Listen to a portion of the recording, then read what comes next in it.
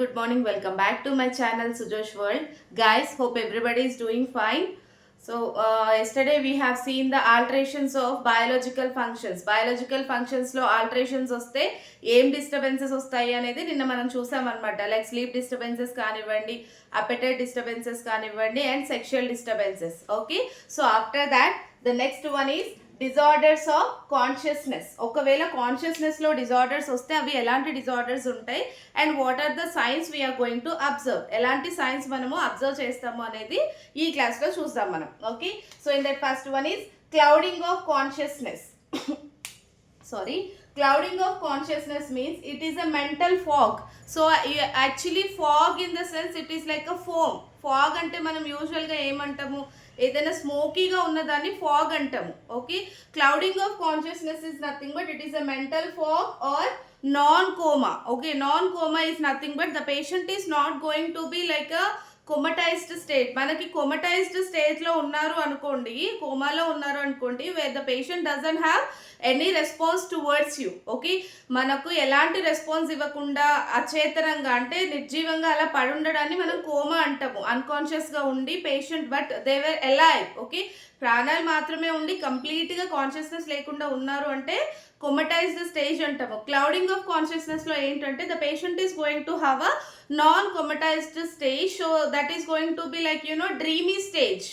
Dreamy stage is nothing but patient ఎప్పుడు dramatic వరల్డ్లో ఉంటారనమాట, డ్రీమీగా ఉంటారు, డ్రౌజీగా ఉంటారు. when you talk to the patient also they won't give you that much response. Okay, so like మనం చూడండి, బాగా డీప్ స్లీప్లో ఉన్న వాళ్ళని సడన్గా లేపి లైక్ 2 o'clock 1 o'clockకి లేపి if you talk something immediately will they response to you? No, right? So మనం ఏదన్నా అంత సడన్ స్లీప్లో లేపి మనం ఏదైనా అడిగినప్పుడు వాళ్ళు అంత ఈజీగా ఆన్సర్ చేయరనమాట. సో అలాంటి స్టేజ్ని డే అంతా కంటిన్యూ చేయడాన్ని క్లౌడింగ్ ఆఫ్ కాన్షియస్నెస్ అంటారు. అంటే వాళ్ళకి ఏంటంటే ఎప్పుడు ఏదో ఒక డ్రౌజీగా ఫాగీగా ఉంటుంది, అంటే స్మోకీగా ఉంటుంది వాళ్ళ మూడ్ అంతా కూడా. Okay, and next one is drowsiness. Okay, drowsiness అంటే ఏంటండి? So this is like a tired state. Okay, and also wear the patient is going to feeling sleepy and not fully alert. Not fully alert అంటే కంప్లీట్గా అలర్ట్గా ఉండరు. Complete అలర్ట్గా ఉండకపోవడం అంటే మనం ఏదైనా if somebody is coming towards you immediately are going to give response to them, right? So ఏదైనా క్లాస్లో ఉన్నారు అనుకోండి, స్టూడెంట్స్ క్లాస్లో కూర్చున్నప్పుడు బయట నుంచి ఒక టీచర్ లోపలికి ఎంటర్ అయ్యారు అనగానే they are going to alert like standing in the class room and also wishing them, right? So మనం విష్ చేస్తాము, నుంచొని ఉంటాము. So that is called as alertness. Here in the case of drowsiness where the patient doesn't have that much of alertness, అంత alertness ఉండదు, చుట్టూ ఏం జరుగుతున్నా కూడా పట్టించుకోరనమాట. మనకు థర్డ్ స్టేజ్ ఆఫ్ స్లీప్ చూడండి ఒకసారి మీరు. Second and third stage of స్లీప్లో ఎలా ఉంటుంది అంటే మనకు first when you're falling into the sleep, that is first stage of sleep where the patient is going to have heaviness of the eyes, heaviness ఉంటుంది and ఈ brain అంతా బ్లాంక్గా ఉన్నది అనేది నీకు అర్థమవుతుంది. So next second and third స్టేజ్లో ఏంటంటే you will the eyelids are going to fall down. Okay, so కళ్ళు ఇలా పడిపోతూ ఉంటాయి and also you can hear the noise around you but you cannot identify what is the specific noise, right? మన చుట్టూ ఏదో గొడవ జరుగుతుంది, somebody is talking అనేది మనకు అర్థమవుతుంది కానీ you can't differentiate who ever is talking, ఎవరు మాట్లాడుతున్నారు అనేది మనం ఐడెంటిఫై చేయలేమన్నమాట. ఓకే, అంత drowsiness and alertness through out the day ఉండడాన్ని ఇక్కడ మనం డ్రౌజీనెస్ అంటాం. వాళ్ళు ఫుల్లీ అలర్ట్గా ఉండరు అండ్ ఆల్సో పేషెంట్కి ఎలా ఉంటుందంటే ఎప్పుడు హెవీనెస్ ఆఫ్ ఐస్ ఉంటుంది, కళ్ళు ఎప్పుడు బరువుగా ఉన్నట్టు ఫీల్ అవుతుంటారు అండ్ ఫ్రీక్వెంట్ యానింగ్ ఉంటుందండి. ఓకే, సో ఫ్రీక్వెంట్ యానింగ్ అంటే ఎప్పుడు యానింగ్ చేస్తూ ఉంటారు, ఆవులిస్తూ ఉంటారు అనమాట. Okay, so those are the signs can be seen. And here the next disorder of consciousness is coma. Okay, so కోమాలో ఏంటంటే where the patient is going to have a deep unconsciousness where patient cannot woken up. Okay, so patient ఏంటంటే deep అన్కాన్షియస్గా ఉంటారు, అంత తొందరగా మెలకుగా ఉండలేరు. Okay, అంటే that is nothing but patient is going to B alive, like వాళ్ళ brain and heart ఫంక్షన్లోనే ఉంటుంది కానీ అలర్ట్నెస్ అనేది ఉండదు. క్లియర్.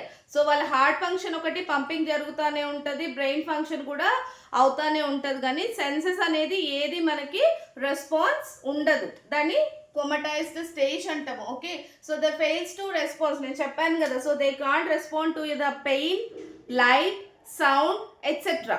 మనం ఏదైనా వాళ్ళని గట్టిగా గిచ్చినా కానీ, నీడిల్ ప్రిక్ చేసినా కానీ, మనకి న్యూరలాజికల్ అసెస్మెంట్లో సెన్సేషన్ టెస్ట్ చేయడానికి చిన్న నీడిల్స్ని చూసుకొని, బ్లంట్ నీడిల్స్ చూసుకొని ఇలా ప్రిక్ చేస్తూ ఉంటారు. అలా చేసినప్పుడు మనం రెస్పాండ్ అయ్యాము అంటే that indicates that your senses are working.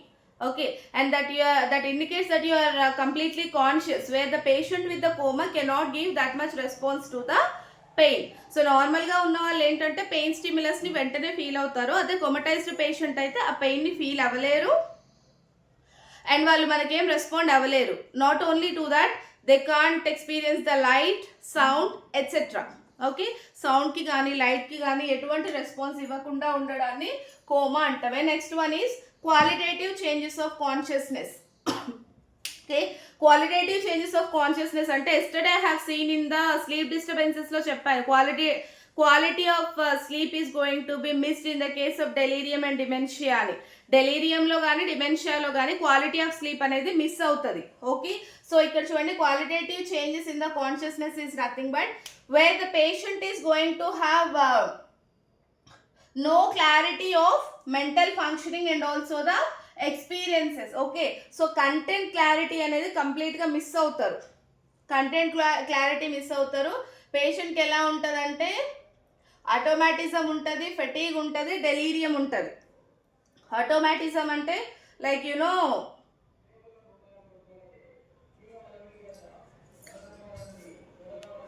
ఆటోమాటిజం is nothing but the person is going to act without control. అంటే వాళ్ళు ఏం చేస్తున్నారు అనేది వాళ్ళకి అంత కాన్షియస్నెస్గా ఉండదు అనమాట. కొన్నిసార్లు మనం చెప్తుంటాం కదా, నేను ఏం చేస్తున్నానో నాకు అర్థం కాలేదు, నేను ఏం మాట్లాడుతున్నానో నాకు అర్థం కాలేదు అంటాం, రైట్?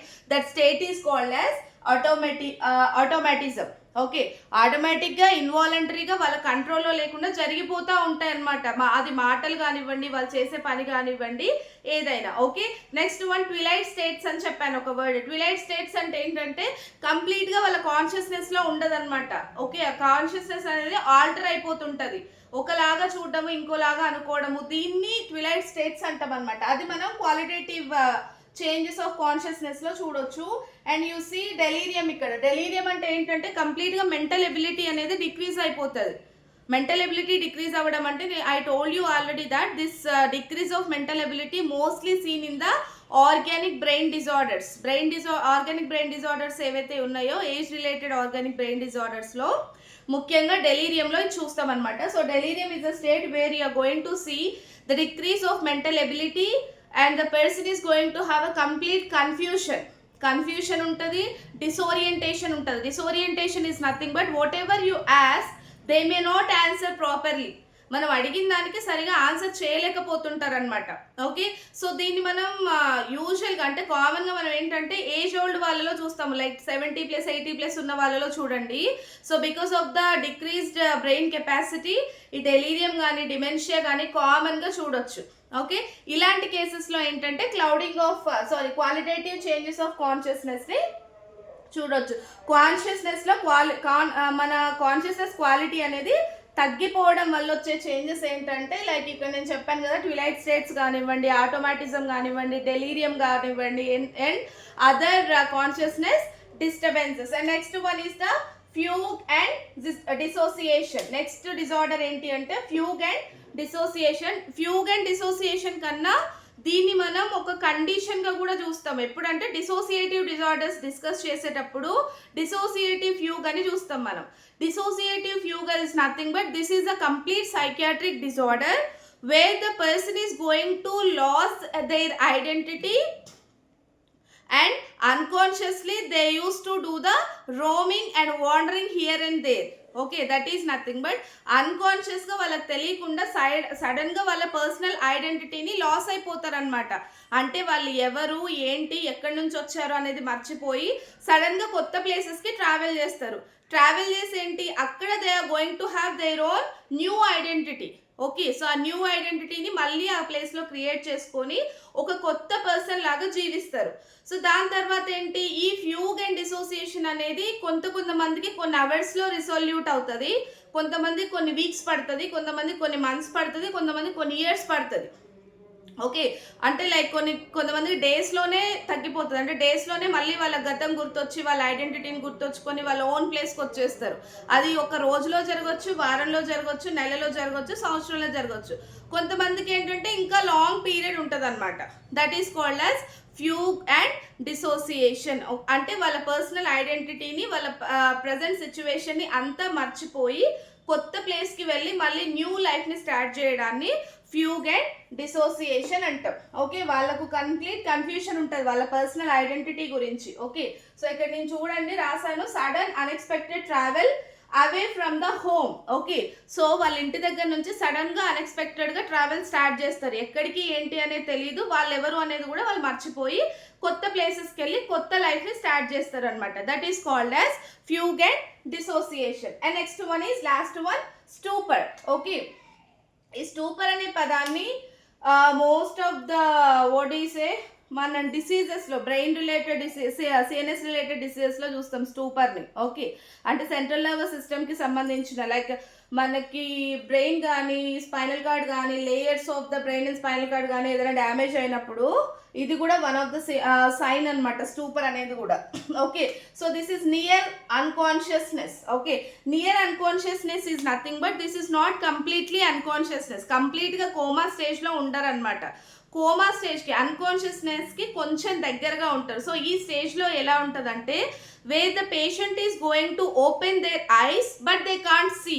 వాళ్ళు కళ్ళు తెరిచే ఉంటారు కానీ బయట ప్రపంచాన్ని సెన్స్ చేయలేరు, పర్సీవ్ చేసుకోలేరు. ఓకే, కళ్ళు తెరిచే ఉంటారు కానీ ఏమీ చూడలేరు. ఈవెన్ మీరు ఏదైనా విస్ప్ ఆఫ్ కాటన్ తీసుకొని ఇలా అన్నా కూడా they can't blink their eye blinking కూడా ఉండదు. Okay, they can hear you but they cannot give any response to you. వాళ్ళు మీరు చేసే సౌండ్ని వింటారు కానీ మళ్ళీ మీకు రెస్పాండ్ అవ్వలేరు. But they cannot move their body and they cannot give a response to the external environment. బయట నుంచి వచ్చే ఏ స్టిమ్యులస్కి కానీ ప్రతిదీ రిసీవ్ చేసుకుంటారు కానీ రెస్పాండ్ అవ్వలేరు. Okay, and this is an emergency state. ఇది మనకి emergency state. And it is like ఏదన్నా స్ట్రాంగ్ పెయిన్ఫుల్ స్టిమ్యులస్ ఇచ్చామనుకోండి పేషెంట్ ఆ స్టేజ్లో, మనకు కొన్నిసార్లు మూవీస్లో చూస్తాం రైట్, షాక్లో ఉన్న వాళ్ళు, సడన్ షాక్ ఉంది, ఏదైనా న్యూస్ విన్నారు, సడన్ షాక్ ఫీల్ అయ్యారు అనుకోండి, ఇలాగే చూస్తూ ఉండిపోతారు, ఐ బ్లింక్ చేయకుండా ఏం మాట్లాడకుండా సడన్గా they are going to stand like a statue. Okay, ఆ సిచ్యువేషన్ని మనం స్టూపర్ అంటాం ఇక్కడ. ఈ కండిషన్లో ఏంటంటే పేషెంట్కి ఏదైనా సడన్ షాక్ కానీ ఏదైనా పెయిన్ఫుల్గా మనం గట్టిగా నొప్పి వచ్చేలాగా ఏదైనా ఇచ్చినప్పుడు they are going to recover. Most of the కేసెస్లో రికవర్ అవుతారు.